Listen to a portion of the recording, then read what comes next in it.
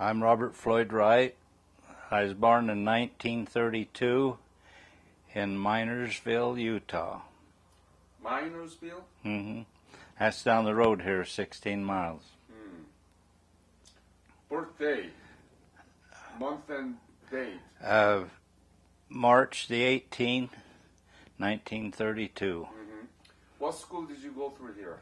Milford High School in Milford. Milford? When did you graduate? In 51.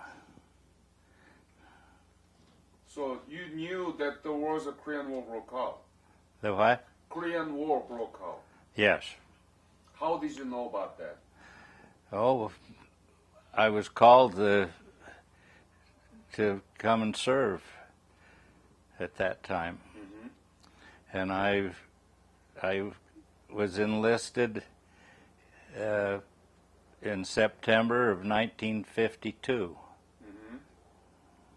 To what? Army or? Army. 8th Army in, we was at Kimpo Air Base. Before you talking about your service in Korea, where did you go to receive the basic military training? I went to basic training in Fort Bliss, Texas, in automatic weapons and radar. What do you mean radar? Did you get the special education to learn about radar? Well, we had it in our classes down there. For how long did you get the... 16 weeks.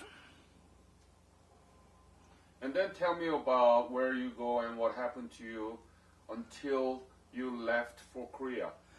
Well, we got through with basic in Fort Bliss, Texas, and we had orders to go to Korea, so we processed through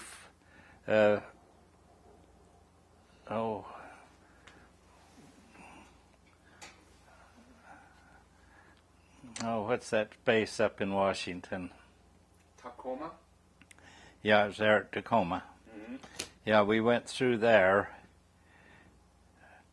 through our training there to go to Korea. And we was only there for 2 weeks. Do you remember when you left for Korea? Yes, it was about the 8th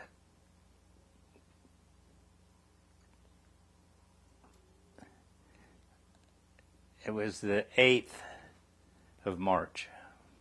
Of 1953? 1952. No. You said that you enlisted to Army. Oh, 1953. Right. So, March 8th of 1953. Yes, when we left the United States. Right. Were you afraid at the time? No. That you are going to the war? No, I wasn't really afraid. I just wondered why I had to go when I didn't want to. Do you have that answer now to your question? Why did I have to be in Korea? Yes, I've got a good answer for What is it? To help them people in South Korea. The people that you didn't know? No, didn't know them and didn't know what was going to happen over there. And we landed at Daegu and was put on a train and went up to Yeongdong-po, and that's where they processed us through. And because I could type, they sent me to Kimpo Air Base in the motor pool, and I was a dispatcher in the motor pool at Kimpo Air Base. Yeah.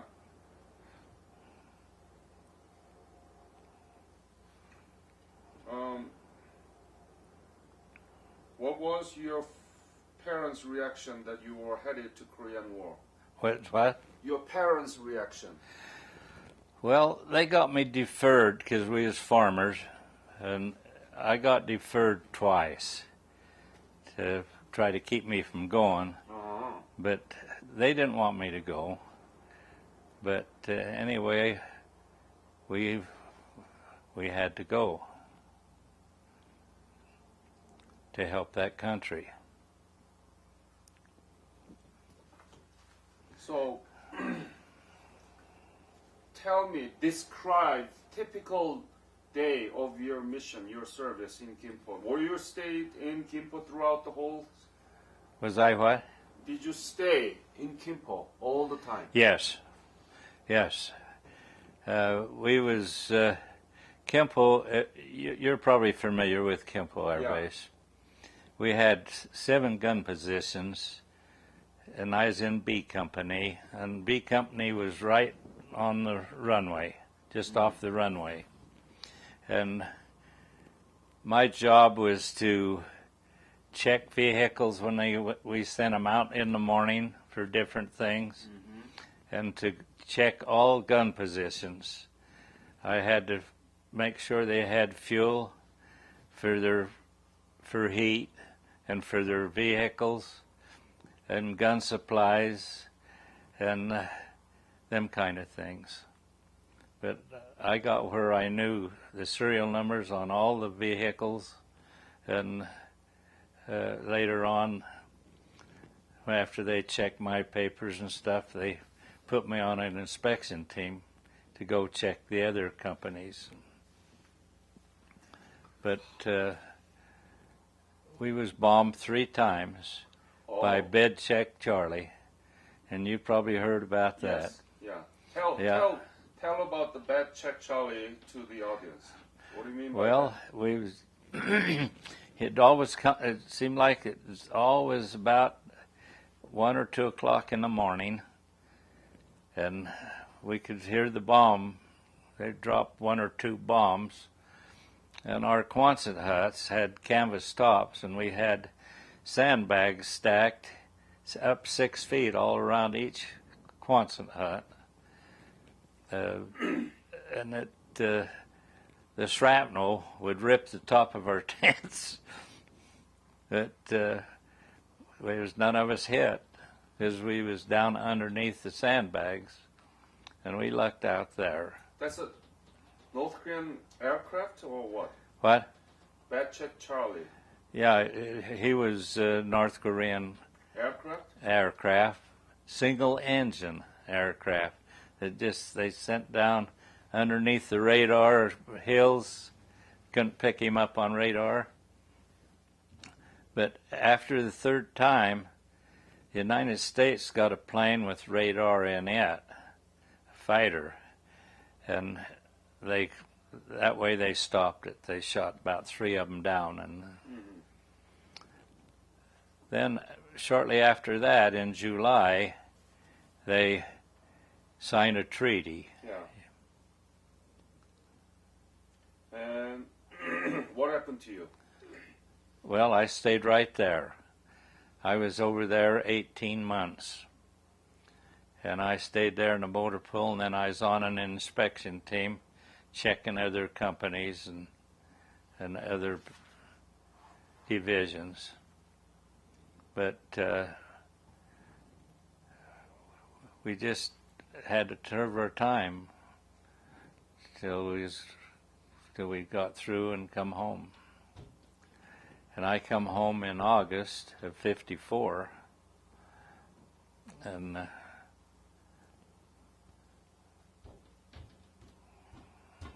what was the most difficult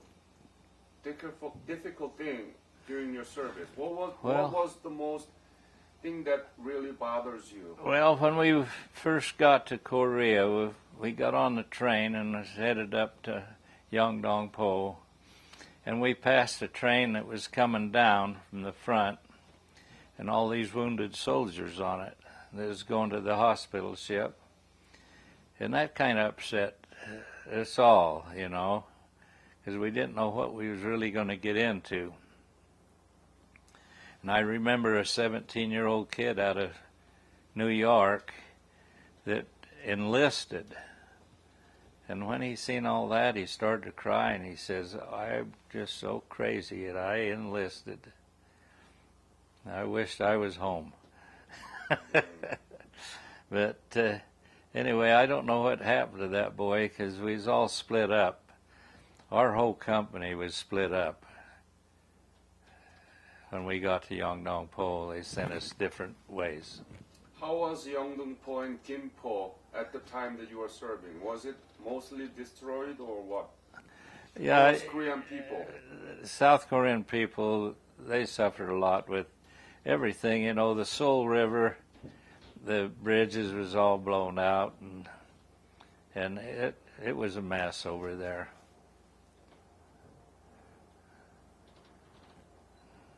We had in a motor pool, I had a South Korean boy that we hired to come and fix tires and work with us. We had 2 young women that was married and had children, and they was hired to do our laundry for us, and they was paid. We had to pay them ourselves, you know, out of our pay. But they done a good job for us, and they was taken care of. How much were you paid at the time? What? How much were you paid? Well, I wasn't getting very much. I was married. I got married 2 weeks before I was called in the service. Did you know that you are going to go to Korea and you married, Well, or you didn't know? We kind of figured they might call me, but But you still married. we was married 2 weeks and they called me, and I had to leave. And that's when I went to Fort Bliss, Texas. But because that I could type, my second 8 weeks of training, I'd take the lessons, but I worked in supply. I took orders. There's 4 of us. They called us out. They said they need 4 people that could type. So they took us out and put us in different positions in the company there. And they said, being you're like this, you can have your wives come down. I see you're all 4 married. So we had our wives come down from Utah, and they stayed with us for that 8 weeks of training. Why do you think you were in Korea? Huh? Why do you think you were in Korea? You knew nothing about Korea before, right? No. Only what we'd heard, you know, was in the news. I know that some of our friends that was in the Triple Deuce National Guard here in Beaver and Minersville and Melford, they all went in '52. And, of course, I know a lot of them because some of them was family members. But I knew that the country was suffering and they was having a tough time over there. Have you been back to Korea? What? Have you been back to Korea? No. No. I prayed that if I ever got out of there and home, I'd never leave the United States again.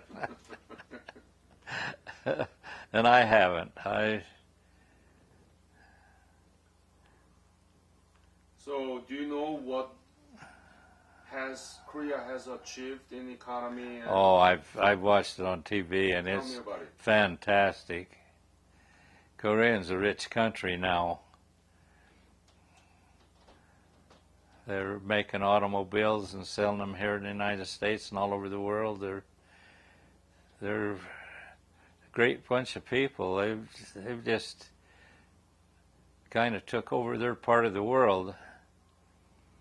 And it's got to really bother North Korea to see the success that South Korea has done. I'm sure there's a lot of people in North Korea who would like to get out of there and get down to South Korea. Of course, you probably know that. Are you proud of your service? Am I what? Are you proud of your service? Yes. Yes, I served a good mission over there, and I took care of the job I had, and I had a lot of recommendations telling me how good I took care of my job, and that's why they put me on a team to go to the other companies and check them. But I didn't mind it at all. I really didn't. And after the war was over there, then things got better. It really got better. And the people was good over there to us.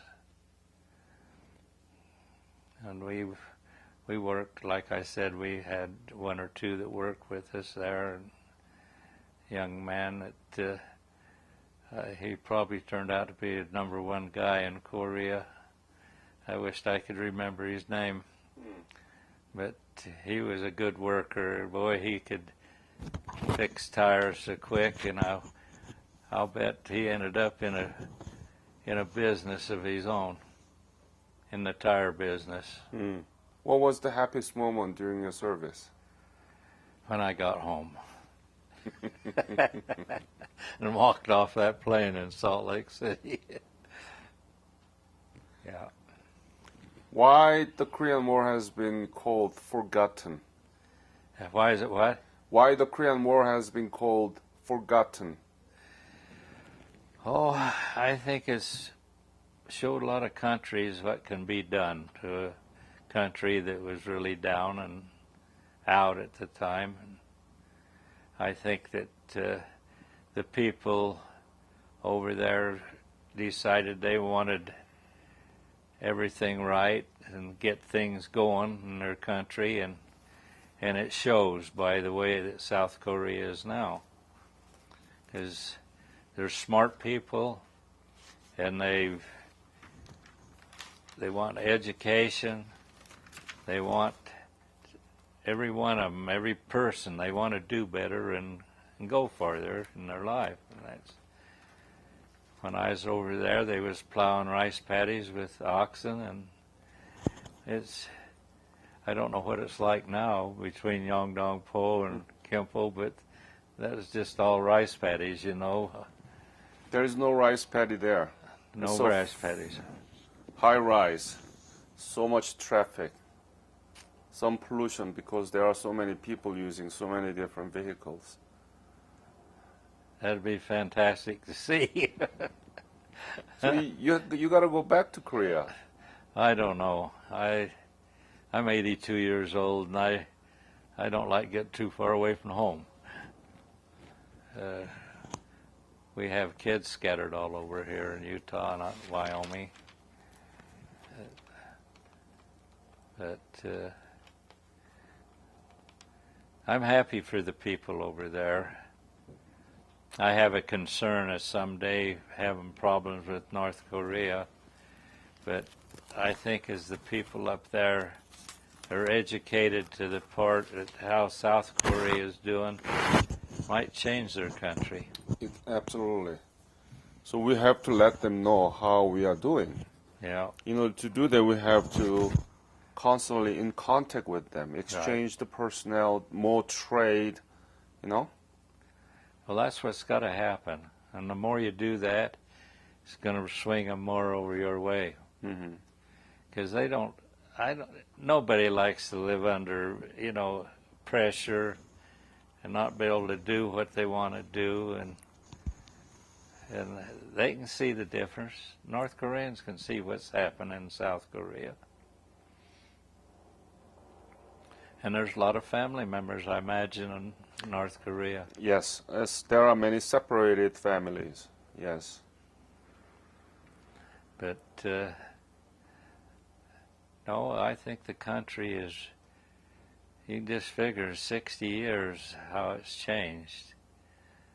It's just the people, their education, and everything has changed. And the Koreans, South Koreans, you see them playing golf now, and they're doing all the things that they come to the United States LPGA. and participate. Yeah, LPGA. Ladies, right? Not only the men, but the women too. Do you still vividly remember the scene of Korea, Gimpo, Yeongdong-po, and so on? Do you? Yeah. But it's just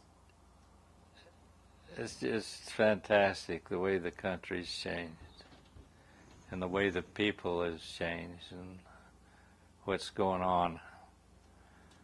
And that's what's going to help South Korea get North Korea back in line. Do you have your grandchildren or great-grandchildren in the age of high school or the college? Oh yeah, my grandchildren are out of college and working now, but my great-grandchildren, the oldest one is 13, and they're in school. I have three great-grandsons that wrestle up in Wyoming, and Wyoming is a state for wrestling in high school. Oh, is that right? And the one, he's 11, and he's won state 3 years now in a row in all three categories in wrestling. And they're all doing good. Nobody is now in the college? No, my last granddaughter graduated last year from college. And now I think she's part-time teacher and waiting for an opening somewhere. Part-time teaching what? And I think she's helping in high school. I created called Korean War Veterans Youth Corps. It's a descendant organization of the Korean War veterans. And I created because unless we activate your own descendants, not many people remember Korean War and Korean War veterans in 10 years. So I launched this organization called Korean War Veterans Youth